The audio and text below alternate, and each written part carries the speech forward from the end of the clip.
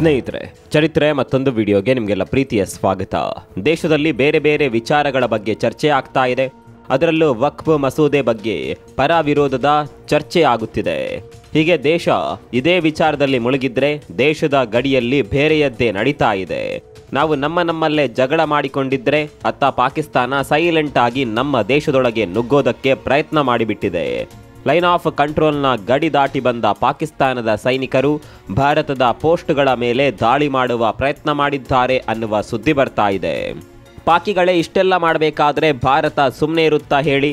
ಭಾರತ ಕೂಡ ಪಾಕಿಸ್ತಾನಕ್ಕೆ ತಕ್ಕದಾದ ಉತ್ತರ ಕೊಟ್ಟಿದೆ.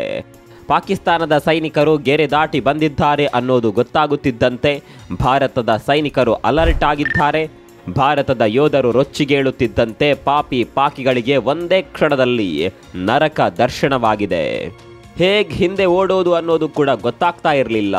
ಎದ್ನೋ ಬಿದ್ನೋ ಅಂತ ಓಡಿದ್ದು. ಹೀಗೆ ಮುಖಾಮೂತಿ ಜಜ್ಜಿಕೊಂಡು ಓಡಿದ ಪಾಕ್ ಸೈನಿಕರು ತಮ್ಮ ತವರು ಮನೆ ಸೇರಿದ್ರೋ ಇಲ್ವೋ ಗೊತ್ತಿಲ್ಲ. ಓಡುವಾಗ 10 ಲೋಕ ಕಾಣಿಸಿದ್ದಂತೂ ಸತ್ಯ. ಅಷ್ಟಕ್ಕೂ ಪಾಕಿಸ್ತಾನ ಭಾರತದ ಗಡಿಯೊಳಗೆ ನುಗ್ಗೋದಕ್ಕೆ ಪ್ರಯತ್ನ ಮಾಡಿದ್ದು ಯಾಕೆ? ಭಾರತ ಪಾಕಿಗಳಿಗೆ ಕೊಟ್ಟ ಉತ್ತರ ಹೇಗಿತ್ತು? ಪಾಕ್ ಮಾಡಿದ ಷಡ್ಯಂತ್ರವಾದರೂ ಏನು? ಎಲ್ಲವನ್ನ ಡೀಟೇಲ್ ಆಗಿ ತೋರಿಸ್ತೀವಿ ನೋಡಿ.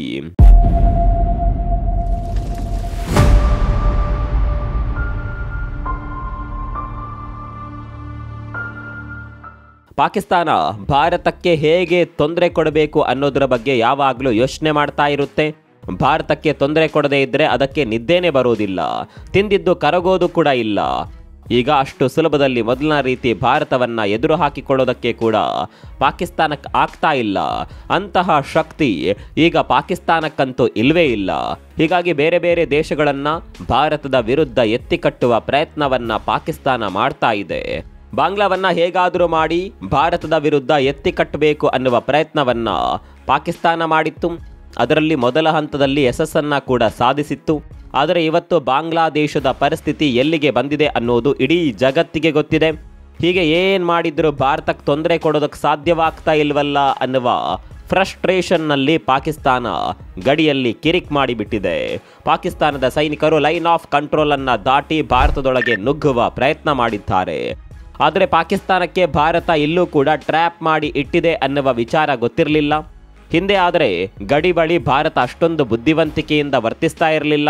ಗಡಿ ದಾಟಿ ಬಂದರೆ ಮತ್ತೆ ನೋಡೋಣ ಅನ್ನುವ ಜಾಯಮಾನದಲ್ಲಿ ಭಾರತ ಇತ್ತು. ಆದರೆ ಈಗ ಹಾಗಲ್ಲ. ಭಾರತ ತನ್ನ ಗಡಿಯ ಸುತ್ತ 7 ಸುತ್ತಿನ ಕೋಟೆಯನ್ನೇ ಕಟ್ಟಿಬಿಟ್ಟಿದೆ. ಆ 7 ಸುತ್ತಿನ ಕೋಟೆಯಲ್ಲಿ ಮೊದಲ ರಕ್ಷಣಾ ವ್ಯವಸ್ಥೆಯೇ ನೆಲಬಾಂಬ್. ಹೌದು, ಗಡಿ ಬಳಿ ಭಾರತೀಯ ಸೇನೆ ನೆಲಬಾಂಬನ್ನು ಇಟ್ಟುಬಿಟ್ಟಿದೆ. ಹೀಗಾಗಿ ಪಾಕಿಸ್ತಾನದಿಂದ ಒಂದು ಸಣ್ಣ ಇರುವೆ ಕೂಡ ಬಂದರೂ ಆ ಬಾಂಬ್ ಸ್ಫೋಟವಾಗುತ್ತೆ.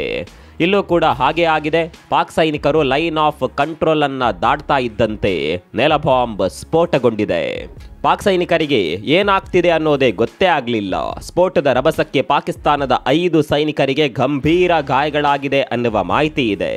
ತಿಂಗಳ ಹಿಂದೆ ಕೂಡ ಪಾಕಿಸ್ತಾನದ ಸೈನಿಕರಿಗೆ ಇದೇ ರೀತಿಯಾಗಿತ್ತು. ಅಂದು ನೆಲಬಾಂಬ್ ಸ್ಫೋಟವಾಗಿ ಹಲವು ಸೈನಿಕರು ಪ್ರಾಣ ಕಳೆದುಕೊಂಡಿದ್ರು. ಇಷ್ಟೆಲ್ಲ ಆದರೂ ಪಾಕಿಸ್ತಾನ ಇಂತಹ 3rd ಕ್ಲಾಸ್ ಪ್ರಯತ್ನವನ್ನು ಯಾಕೆ ಮಾಡ್ತಾ ಇದೆ ಅಂತ ಕೇಳಿದರೆ ಉತ್ತರ ಹಲವು ಆಯಾಮಗಳನ್ನು ತೆರೆದುಕೊಳ್ಳುತ್ತೆ. ಸ್ನೇಹಿತರೆ, ನಿಮಗೆ ಗೊತ್ತಿರಲಿ, ಈಗ ಪಾಕಿಸ್ತಾನದಲ್ಲಿ ಎಲ್ಲವೂ ಸರಿ ಇಲ್ಲ. ಬಲೂಚಿಸ್ತಾನ ಪ್ರತ್ಯೇಕತೆಯ ಹೋರಾಟ ದೊಡ್ಡ ಮಟ್ಟದಲ್ಲಿ ನಡೀತಾ ಇದೆ. ಏನೇ ಆದರೂ ಈ ಬಾರಿ ಪ್ರತ್ಯೇಕ ಬಲೂಚಿಸ್ತಾನವನ್ನು ಸ್ಥಾಪನೆ ಮಾಡಿಯೇ ಸಿದ್ಧ ಅಂತ ಬಲೂಚಿಗಳು ಟೊಂಕ ಕಟ್ಟಿ ನಿಂತಿದ್ದಾರೆ. ಈ ಹೋರಾಟದ ಭಾಗವಾಗಿ ದೊಡ್ಡ ದೊಡ್ಡ ದಾಳಿಗಳನ್ನು ಕೂಡ ಬಲೂಚಿಗಳು ಮಾಡ್ತಾ ಇದ್ದಾರೆ. ಈ ಬಾರಿ 2ರಲ್ಲಿ ಒಂದಂತೂ ಆಗಿಯೇ ಆಗುತ್ತೆ. ಒಂದು ಭಾಗವಂತೂ ತನ್ನಿಂದ ಕೈ ತಪ್ಪುವ ಸಾಧ್ಯತೆ ಇದೆ ಅನ್ನೋದು ಗೊತ್ತಾಗುತ್ತಿದ್ದಂತೆ ಪಾಕಿಸ್ತಾನ ಭಾರತವನ್ನು ಪ್ರಚೋದನೆ ಮಾಡುವ ಕೆಲಸವನ್ನು ಮಾಡ್ತಾ ಇದೆ.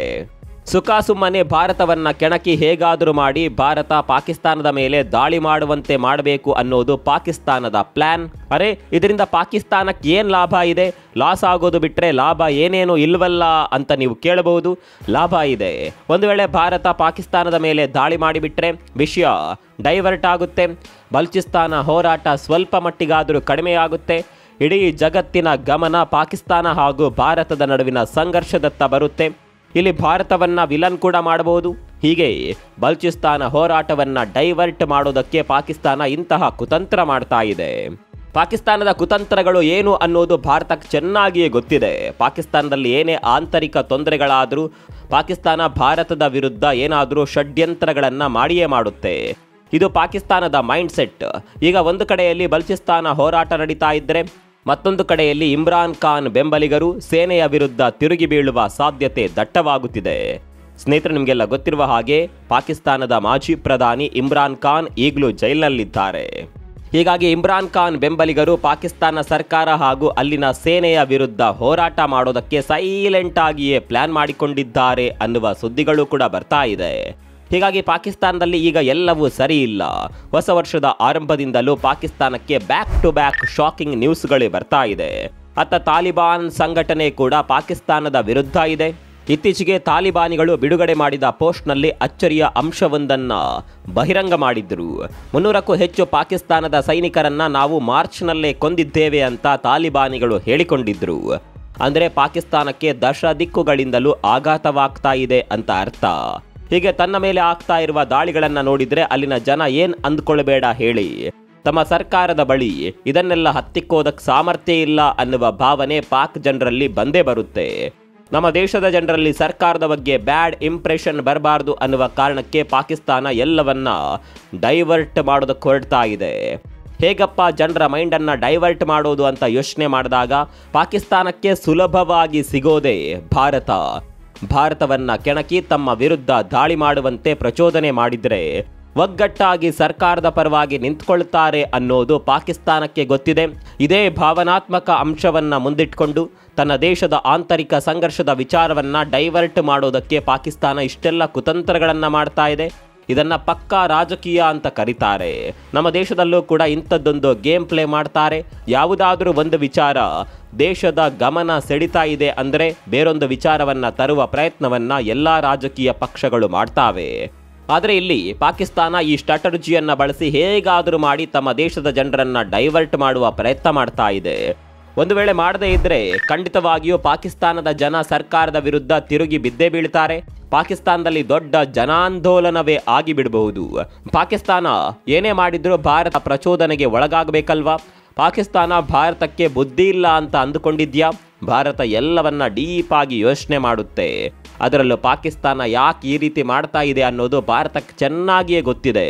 ಹೀಗಾಗಿ ಭಾರತ ಇದಕ್ಕೆಲ್ಲ ತಲೆ ಕೆಡಿಸಿಕೊಳ್ಳೋದು ಬಿಟ್ಟು ತನ್ನ ಪಾಡಿಗೆ ಬೇರೆ ಕೆಲಸಗಳನ್ನು ಮಾಡ್ತಾ ಇದೆ. ಹಾಗಂತ ಭಾರತ ಸುಮ್ಮನೆ ಕೂತಿಲ್ಲ. ದೇಶದ ರಕ್ಷಣೆಗೆ ಏನು ಬೇಕೋ ಅದನ್ನೆಲ್ಲ ಮಾಡ್ತಾ ಇದೆ. ನೆಲ ಬಾಂಬ್ಗಳನ್ನು ದೇಶದ ಗಡಿಯಲ್ಲಿ ಇಟ್ಟು ಶತ್ರುಗಳನ್ನು ಮೊದಲ ಹೆಜ್ಜೆಯಲ್ಲೇ ಸುಟ್ಟು ಬಿಡುವ ಪ್ಲಾನ್ ಸಖತ್ತಾಗಿಯೇ ವರ್ಕೌಟ್ ಆಗ್ತಾ ಇದೆ. ಭಾರತದ ಈ ಪ್ಲಾನ್ನಿಂದ ಉಗ್ರರ ನುಸುಳುವಿಕೆ ಕೂಡ ನಿಂತಿದೆ. ಉಗ್ರರಂತೂ ಭಾರತದ ಗಡಿಯೊಳಗೆ ಒಂದು ಹೆಜ್ಜೆ ಇಡೋದಕ್ಕೆ ಮುನ್ನ 1000 ಸಲ ಯೋಚನೆ ಮಾಡ್ತಾ ಇದ್ದಾರೆ. ಅದೇನೇ ಇರಲಿ, ಭಾರತದ ತಾಳ್ಮೆಗೆ ಮೆಚ್ಚಲೇಬೇಕು. ಭಾರತ ಮನಸ್ಸು ಮಾಡಿದರೆ ಪಾಕಿಸ್ತಾನವನ್ನೇ ಸುಟ್ಟು ಭಸ್ಮ ಮಾಡುವ ತಾಕತ್ತು ಖಂಡಿತವಾಗಿಯೂ ಇದೆ. ಆದರೆ ಭಾರತ ಈ ರೀತಿಯೆಲ್ಲ ಯೋಚನೆ ಮಾಡೋದಕ್ಕೆ ಹೋಗೋದಿಲ್ಲ.